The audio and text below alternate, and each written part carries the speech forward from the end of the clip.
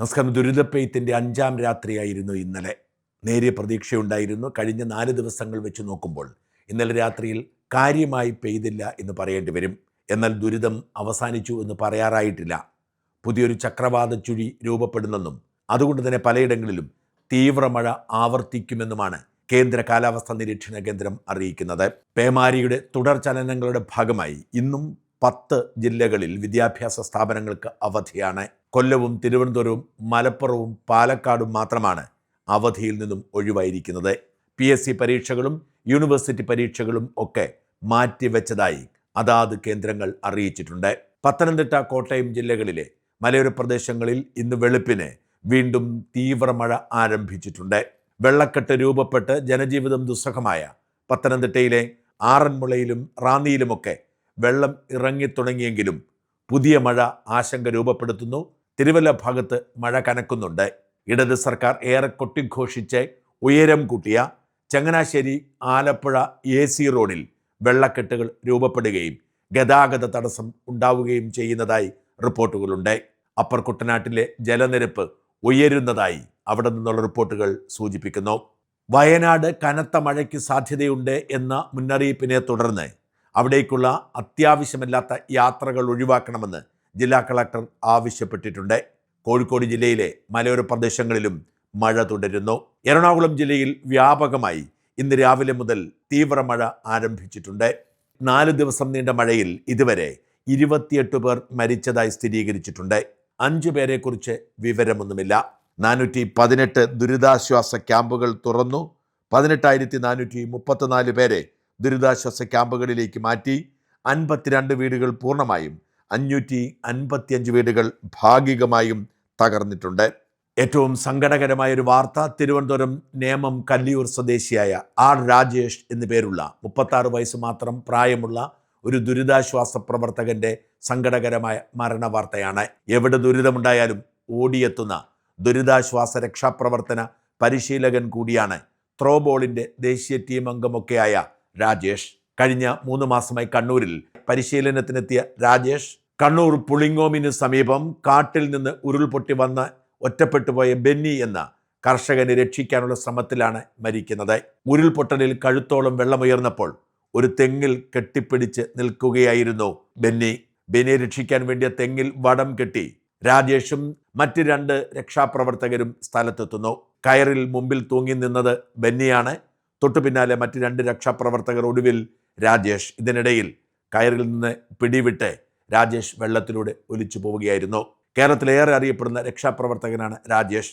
ഈ നാടിൻ്റെ രക്തസാക്ഷിയായി എന്നും രാജേഷ് നമ്മുടെ ഓർമ്മകളിൽ ഉണ്ടാവണം.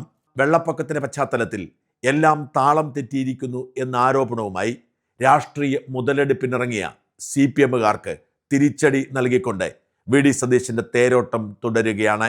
പത്രസമ്മേളനത്തിലൂടെ CPMൻ്റെ എല്ലാ വാദങ്ങളും ഇല്ലാതാക്കി എവിടെയാണ് വീഴ്ച ചൂണ്ടിക്കാണിക്കൂ എന്ന് മാധ്യമങ്ങളോട് ചോദിച്ചപ്പോൾ ഓടിയൊളിച്ച മാധ്യമപ്രവർത്തകർക്കൊപ്പം ഒരു കാര്യവുമില്ലാതെ ആരോപണം ഉന്നയിച്ച CPMനും നിലം തൊടാൻ കഴിയാത്ത സാഹചര്യം സൃഷ്ടിച്ച് ഇന്നലെ പത്തനംതിട്ടയിലെ ദുരിതബാധിത പ്രദേശങ്ങളിൽ ഓട്ടപ്രദക്ഷിണം നടത്തി മുഖ്യമന്ത്രി VD സതീശൻ. പിണറായി വിജയൻ മുഖ്യമന്ത്രിയായിരുന്നപ്പോൾ ഒരിക്കൽ പോലും ദുരിതബാധിതർക്കിടയിലേക്ക് ഇറങ്ങിച്ചെന്നിട്ടില്ല. മേപ്പാടി ദുരന്തം പോലെയുള്ള സാഹചര്യങ്ങളിൽ എത്തിയിട്ടുണ്ടെങ്കിലും ആളുകളോട് ഇടപെടുന്ന കാര്യത്തിൽ പിണറായി പിന്നോക്കമായിരുന്നു. എന്നാൽ ദുരിതാശ്വാസ ക്യാമ്പുകളിലും ദുരിതം ബാധിച്ച മനുഷ്യരുടെ വീടുകളിലുമൊക്കെ ഓടിച്ചെന്ന് അവരെ ചേർത്ത് പിടിച്ച് അവരിൽ ഒരാളായി അവരുടെ ആകുലതകളും വ്യാകുലതകളും പങ്കുവെച്ച് അപ്പോൾ തന്നെ പരിഹാരം നിർദ്ദേശിച്ച് മുഖ്യമന്ത്രിയും ഉദ്യോഗസ്ഥ വൃന്ദവും പ്രതിസന്ധിയെ പൂമാലയാക്കി മാറ്റിയിരിക്കുകയാണ്. ഇന്നലെ മാധ്യമങ്ങളോട് സംസാരിക്കുമ്പോൾ CPM ഉയർത്തിയ എല്ലാ ആരോപണങ്ങളും VD സതീശൻ തള്ളിക്കളഞ്ഞു. മുഖ്യമന്ത്രി എന്ന നിലയിൽ കോർഡിനേഷനാണ് എൻ്റെ പ്രധാനപ്പെട്ട പണി. ആകാശത്ത് കാർമേഘം കാണുന്നതിന് മുമ്പ് തന്നെ കോർഡിനേഷൻ ആരംഭിച്ചിരുന്നു. മന്ത്രിമാരെയും MLAമാരെയും ഉദ്യോഗസ്ഥന്മാരെയും ഒക്കെ ഒരുമിപ്പിച്ച് ദുരിതബാധിത പ്രദേശത്ത് ആവശ്യ സമയത്ത് ഇടപാടുകളുണ്ടാക്കി താൻ ഉത്തരവാദിത്വം നിറവേറ്റി CPM എന്തെങ്കിലുമൊക്കെ പറയട്ടെ എന്നായിരുന്നു സതീശൻ ഇന്നലെ പറഞ്ഞത്. ദുരിതാശ്വാസ ക്യാമ്പിൽ എവിടെ പ്രശ്നമുണ്ടെങ്കിലും അതാര് ചൂണ്ടിക്കാണിച്ചാലും, CPMകാർ ചൂണ്ടിക്കാണിച്ചാലും അതിന് പരിഹാരമുണ്ടാക്കും. ദുരിതാശ്വാസ ക്യാമ്പുകൾ 150 പേരിൽ കൂടുതൽ താമസിപ്പിക്കില്ല. ഭക്ഷണത്തിന് നിയന്ത്രണമുണ്ടാവില്ല. അതിഥി തൊഴിലാളികൾക്ക് പ്രത്യേക ഭക്ഷണം കൊടുക്കും. ഭക്ഷണ വിതരണത്തിന് റോഡ് ഗതാഗതം തടസ്സമാണെങ്കിൽ ഹെലികോപ്റ്ററിൽ അതെത്തിച്ചു കൊടുക്കും. ഇതിനുവേണ്ടി ഫണ്ട് ഒരു തടസ്സമേ ആവില്ല എന്ന് വി ഡി സതീശൻ പറഞ്ഞ് എല്ലാവരുടെയും കയ്യടി നേടി. സംസ്ഥാന സർക്കാർ പൂർണ്ണമായ അധികാരം ജില്ലാ ഭരണകൂടത്തിന് നൽകിയിട്ടുണ്ട്. എത്ര രൂപ വേണമെങ്കിലും ചെലവാക്കാനുള്ള അധികാരം കൊടുത്തിട്ടുണ്ട്. ക്യാമ്പിലെ ഭക്ഷണ സാധനങ്ങൾക്കൊക്കെ ഏറ്റവും നല്ല രീതിയിൽ, ഏറ്റവും ശുചിയായ രീതിയിൽ ഭക്ഷണം കൊടുക്കണമെന്ന് നിർദ്ദേശിച്ചിട്ടുണ്ട്. അത് ചെയ്തു വരുന്നുണ്ട് ഭംഗിയായിട്ട്. ആവശ്യമായ ടോയ്ലറ്റ് സൗകര്യം ഇല്ലാത്ത സ്ഥലങ്ങളിൽ ബയോ ടോയ്ലറ്റുകൾ കൊണ്ടുവരാൻ വേണ്ടിയിട്ടുള്ള സംവിധാനങ്ങൾ ഏർപ്പെടുത്തിയിട്ടുണ്ട്. എല്ലാ സ്ഥലത്തും ലൈറ്റ് ഏർപ്പാട് ചെയ്തിട്ടുണ്ട്. നമ്മൾ 2 ഹെലികോപ്റ്ററുകൾ അറേഞ്ച് ചെയ്തിട്ടുണ്ട്. ആവശ്യമായ സ്ഥലത്ത് വേണമെങ്കിൽ ഏരിയയിലായിട്ട് സപ്ലൈ ചെയ്യാൻ നമുക്ക് പറ്റും. അല്ലാത്ത സ്ഥലത്തുള്ള ഫുഡ് പാക്കേജുകൾ അറേഞ്ച് ചെയ്തിട്ടുണ്ട്. NDRFന്റെ ടീമിനെ എല്ലാ സ്ഥലത്തും റെഡിയാക്കി നിർത്തിയിട്ടുണ്ട്. പോലീസ് ഈ ഏറ്റവും നമ്മൾ സംശയമുള്ള സ്ഥലങ്ങളിലെ പോലീസ് സേന മറ്റ് സ്ഥലങ്ങളിൽ നിന്ന് കൂടി വിന്യസിച്ചിട്ടുണ്ട്. ഫയർഫോഴ്സിനെ വിന്യസിപ്പിച്ചിട്ടുണ്ട്. പോലീസിൽ തന്നെയുള്ള RTFനെ കൂടി, റാപ്പിഡ് ആക്ഷൻ ഫോഴ്സിനെ കൂടി സന്നദ്ധരായിട്ട് എല്ലാ സ്ഥലത്തും നിർത്തിയിട്ടുണ്ട്. 150 മീതെയുള്ള ആളുകളുള്ള ക്യാമ്പുകളെല്ലാം 2 ആക്കാൻ വേണ്ടിയിട്ട് പറഞ്ഞിട്ടുണ്ട്. അത് നമ്മൾ അപ്രതീക്ഷിതമായി വന്നു ചേരുന്നതാണ്. അപ്പൊ പിന്നെ അതിഥി തൊഴിലാളികൾ ധാരാളം പേരുണ്ട് ഇവിടെ. അവരെ കോൺട്രാക്ടർമാരൊക്കെ അവരെ ഇങ്ങോട്ട് ക്യാമ്പിലേക്ക് പറഞ്ഞു വിടുകയാണ്. അവർ പ്രൊട്ടക്ട് ചെയ്യേണ്ടതാണ് കോൺട്രാക്ടർമാരെല്ലാം. അവരിങ്ങോട്ട് പറഞ്ഞു വിടുക. അപ്പൊ അവർക്ക് ചില സ്ഥലത്ത് അങ്ങനെയാണ്. അവർക്ക് നമ്മളെ പാക്കറ്റ് ഫുഡ് പറ്റില്ല, അവരുടെ പ്രത്യേക ഭക്ഷണം വേണം, അത് പ്രത്യേകമായി ഉണ്ടാക്കി കൊടുക്കണം. അങ്ങനെയുള്ള ചില വിഷയങ്ങൾ ചില സ്ഥലത്തുണ്ട്. അത് പ്രത്യേകമായി അത് അഡ്രസ് ചെയ്യാൻ വേണ്ടിയിട്ടുള്ള സംവിധാനം ചെയ്യുന്നുണ്ട്. 150-ലേറെ ആൾ കൂടിക്കഴിഞ്ഞാൽ അടുത്ത ക്യാമ്പ് തുടങ്ങാൻ വേണ്ടിയിട്ടുള്ള നിർദ്ദേശം കൊടുത്തിട്ടുണ്ട്. വീട്ടിൽ വെള്ളം കയറിയവർക്ക് 10,000 രൂപ വീതം കൊടുക്കാനും വ്യാപാര നഷ്ടം ഉണ്ടായവർക്ക് നഷ്ടപരിഹാരം കൊടുക്കാനും മുഖ്യമന്ത്രി നിർദ്ദേശിച്ചിട്ടുണ്ട്. 2018 കോടിക്കണക്കിന് രൂപയുടെ നഷ്ടമാണ് വ്യാപാരികൾക്കുണ്ടായത്. പക്ഷേ നഷ്ടമൊരിക്കലും കൊടുത്തില്ല. എന്തിനേറെ വയനാട് മേപ്പാടിയിൽ ഉരുൾപൊട്ടലുണ്ടായപ്പോഴും വ്യാപാരികളെ പൂർണ്ണമായും പിണറായി സർക്കാർ അവഗണിച്ചിരുന്നു. അതിനൊരു മാറ്റം വരുത്താൻ തീരുമാനിക്കാൻ കാരണം റാന്നിയിൽ നിരവധി സ്ഥാപനങ്ങൾ ഉണ്ടായിരുന്ന ഒരു എബി എന്ന വ്യാപാരിയുടെ അവസ്ഥയാണ്. എബി സ്റ്റീഫന് 2018 വെള്ളപ്പൊക്കത്തിൽ 7 വ്യാപാര സ്ഥാപനങ്ങളാണ് നഷ്ടമായത്. ഏതാണ്ട് 5 കോടിയുടെ നഷ്ടമുണ്ടായിരുന്നു. 1 രൂപ പോലും നഷ്ടപരിഹാരം കിട്ടാത്ത സാഹചര്യമുണ്ടായി. ആ ആഘാതത്തിൽ നിന്നും തിരിച്ചു കയറി കുടുംബം പോറ്റാൻ വേണ്ടി ഒരു ഫാൻസി സ്റ്റോർ ഇട്ടിരുന്നു. അതിൽ കഴിഞ്ഞ ദിവസം വെള്ളം കയറി കോടികളുടെ നഷ്ടമുണ്ടായി. വി ഡി സതീശൻ ഇന്നലെ അവിടെ എത്തിയപ്പോൾ എബിയെ പ്രത്യേകം വിളിച്ച് അദ്ദേഹത്തിൻ്റെ ദുരവസ്ഥ തിരിച്ചറിയുകയും എബിയുടെ പ്രശ്നത്തിന് പരിഹാരമുണ്ടാക്കുക മാത്രമല്ല വ്യാപാരികളുടെ വിഷയങ്ങൾക്ക് പരിഹാരമുണ്ടാക്കുമെന്ന് ഉറപ്പ് നൽകുകയും ചെയ്തു. ഈ പ്രാവശ്യം കച്ചവടക്കാരുടെ കാര്യം പ്രത്യേകമായി നാളത്തെ മന്ത്രിസഭാ യോഗം ചർച്ച ചെയ്യും. കാരണം അന്നത്തും ദുരിതം അനുഭവിച്ചവരാണ്, ഇപ്പോഴും ദുരിതം അനുഭവിക്കുന്നവരാണ്. ഇപ്പോൾ എബി ഇവിടെ വന്നു പോയാൽ 7 കടകളാണ് 2018 കോടതി ഉത്തരവ് ഉണ്ടായിട്ട് പോലും 4-5 കോടി രൂപ അദ്ദേഹം രോഗബാധിതനായി. എബി ഇവിടെ നിങ്ങളുടെ എല്ലാവരുടെ ഒരു പ്രതീകമായി വന്ന് ഞാൻ സംസാരിച്ചു. എനിക്ക് വിശദാംശങ്ങളെല്ലാം പറഞ്ഞിട്ട് പോയി. അപ്പോൾ കച്ചവടക്കാരെ കൂടി ചേർത്ത് നിർത്താൻ വേണ്ടിയിട്ടുള്ള നടപടി സർക്കാർ ഈ പ്രാവശ്യം പ്രത്യേകമായി സ്വീകരിക്കും. അവർക്ക് വായ്പ നൽകുന്ന കാര്യവും മറ്റ് സഹായം ചെയ്യുന്ന കാര്യവും തീർച്ചയായിട്ടും ഞങ്ങൾ നാളെ ആലോചിച്ച് തീരുമാനിക്കും. അപ്രതീക്ഷിതമായി മഴ പെയ്യുന്നതും വെള്ളപ്പൊക്കം ഉണ്ടാവുന്നതുമൊക്കെ കൃത്യമായ കാലാവസ്ഥാ നിരീക്ഷണ സംവിധാനത്തിന്റെ അഭാവം കൊണ്ടാണ്. അത് പരിഹരിക്കാൻ നിർമ്മിതി ബുദ്ധിയുടെ സഹായത്തോടെ കുസാറ്റുമായി ചേർന്ന് പുതിയ വഴിയുണ്ടാക്കും. പത്തനംതിട്ടയിലായിരിക്കും പരീക്ഷണം നടത്തുക. അതുപോലെ കാലാവസ്ഥ പ്രവചനവുമായി ബന്ധപ്പെട്ട നിലവിലുള്ള സംവിധാനങ്ങൾ നല്ല രീതിയിൽ മെച്ചപ്പെടുത്താനുള്ള തീരുമാനം നമ്മൾ ബജറ്റിൽ തന്നെ പ്രഖ്യാപിച്ചിട്ടുണ്ട്. ഡിസാസ്റ്റർ മാനേജ്മെൻറ്റ് റെസീലിയൻസ് സിസ്റ്റം ഉണ്ടാവും.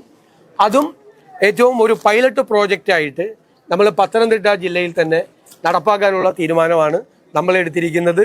കൂടുതൽ റെയിൻ ഗേജ് സ്റ്റേഷനുകൾ, അത് മാനുവലായിട്ട് അല്ലാത്തതും ആർട്ടിഫിഷ്യൽ ഇൻ്റലിജൻസിനെ കൊണ്ടുകൂടി ഈ രംഗത്ത് ഏറ്റവും നന്നായി പ്രവർത്തിക്കുന്ന നല്ല ഏജൻസികൾ, ഇപ്പോൾ കൊച്ചി സർവകലാശാല ഉൾപ്പെടെയുള്ള ഹ്യൂം സെൻറ്റർ ഉൾപ്പെടെയുള്ള നല്ല ഏജൻസികളെ കൂടി സഹകരിപ്പിച്ചുകൊണ്ടുള്ള ഫലപ്രദമായ ഒരു ക്ലൈമറ്റ് പ്രഡിക്ഷൻ, കാലാവസ്ഥ നേരത്തെ തന്നെ അത് അറിഞ്ഞ് അപ്പോൾ ആ പ്രവചനത്തിൻ്റെ അത് വ്യാഖ്യാനിച്ച് കൃത്യമായിട്ടുള്ളൊരു വാർണിംഗ് സിസ്റ്റം, മുന്നറിയിപ്പ് സംവിധാനം ഏറ്റവും ഫലപ്രദമായ രീതിയിലുണ്ടാകാൻ നോക്കും. ഏറ്റവും ഫലപ്രദമായ ഒരു ഡിസാസ്റ്റർ മാനേജ്മെൻറ്റ് റെസീലിയൻസ് സിസ്റ്റം കേരളത്തിൽ ഉണ്ടാകുന്നതിനെക്കുറിച്ച് നമുക്ക് ആലോചിക്കും. അതിന് പത്തനംതിട്ട ജില്ലയ്ക്ക് പൂർണ്ണമായ മുൻഗണന നൽകും. ഏറ്റവും ശ്രദ്ധേയമായ കാര്യം, സോഷ്യൽ മീഡിയയിൽ ഉയർന്നു വരുന്ന ഒരു പ്രധാനപ്പെട്ട വികാരം മുഖ്യമന്ത്രി വി ഡി സതീശൻ ശ്രദ്ധിച്ചു എന്നതാണ്.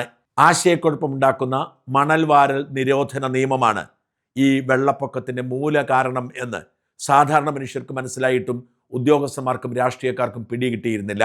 കഴിഞ്ഞ ദിവസം ഇതുമായി ബന്ധപ്പെട്ട് വിശദമായി തന്നെ ഞാനൊരു വീഡിയോ ചെയ്യുകയും ചെയ്തു. കേരളത്തിൽ അങ്ങോളം ഇങ്ങോളമുള്ള നദികളിൽ ജലം സൂക്ഷിക്കാൻ കഴിയാത്ത വിധത്തിൽ ആഴത്തിൽ കൂടിക്കിടക്കുന്ന മണലും ചെളിയും നീക്കം ചെയ്യുക മാത്രമല്ല, ഡാമുകളുടെ 85% ഇല്ലാതാക്കിയിരിക്കുന്ന മണലും ചെളിയും നീക്കം ചെയ്യാനും ആവശ്യമായ നിയമപരിഷ്കാരം കൊണ്ടുവരും എന്ന് വി ഡി സതീശൻ പ്രഖ്യാപിച്ചു. പത്തനംതിട്ട ജില്ലയിൽ ഈ പ്രതിഭാസം വീണ്ടും ആവർത്തിക്കുകയാണ്. അപ്പോൾ 2018-ലെയും 19-ലെയും വലിയ പ്രളയത്തിന് ശേഷം ഉണ്ടായ കാര്യങ്ങൾ, അതിന് ശേഷമുള്ള ഒരു നടപടിക്രമങ്ങൾ സ്വീകരിക്കാത്തതിൻ്റെ ഒരു പ്രശ്നം കൂടിയുണ്ട്. പമ്പ ഉൾപ്പെടെയുള്ള നദികളിലെല്ലാം അന്ന് വന്നടിഞ്ഞ മണ്ണും ഓരോ പ്രളയത്തിലും വന്നടിയുന്ന മണ്ണും നിറഞ്ഞു കിടക്കുകയാണ്. അപ്പോൾ യഥാർത്ഥത്തിൽ വെള്ളം ക്യാരി ചെയ്യാനുള്ള, വെള്ളം പോകാനുള്ള സ്ഥലം വളരെ കുറവാണ്. അപ്പോൾ ഈ മണ്ണ് പെട്ടെന്ന് നീക്കം ചെയ്താൽ മാത്രമാണ്. ഇതിപ്പോൾ ചെറിയ മഴ പെയ്താൽ പോലും വെള്ളം പൊങ്ങുന്ന സ്ഥലമായി പല പ്രദേശവും മാറിയിരിക്കുകയാണ്. അപ്പോൾ പുഴയുടെ ആഴം കുറഞ്ഞിരിക്കുകയാണ്. അത് മണ്ണ് നീക്കം ചെയ്യാനുള്ള നടപടികൾ അടിയന്തരമായി തന്നെ സ്വീകരിക്കും. ഇവിടെ മാത്രമല്ല, സംസ്ഥാനത്ത് ഉടനീളം സ്വീകരിക്കും. അതിന് ഏറ്റവും കൂടുതൽ പ്രാധാന്യവും മുൻഗണനയും പത്തനംതിട്ട ജില്ലയിൽ കൊടുക്കും. ചുരുക്കി പറഞ്ഞാൽ CPIM വളരെ കഷ്ടപ്പെട്ട് കെട്ടിപ്പൊക്കി കൊണ്ടുവന്ന വി ഡി സതീശൻ വധം ആട്ടക്കഥ ഇന്നലെ ഒരു ദിവസം കളത്തിലിറങ്ങി പൊളിച്ചടുക്കി കൊടുത്തു മുഖ്യമന്ത്രി. മുഖ്യമന്ത്രിയെ വിമർശിച്ചിരുന്നവർ പോലും നേരിട്ട് അനുഭവിച്ചപ്പോൾ സതീശന്റെ ആരാധകരായി മാറിയ കാഴ്ചയാണ് പത്തനംതിട്ടയിൽ ഇന്നലെ കണ്ടത്.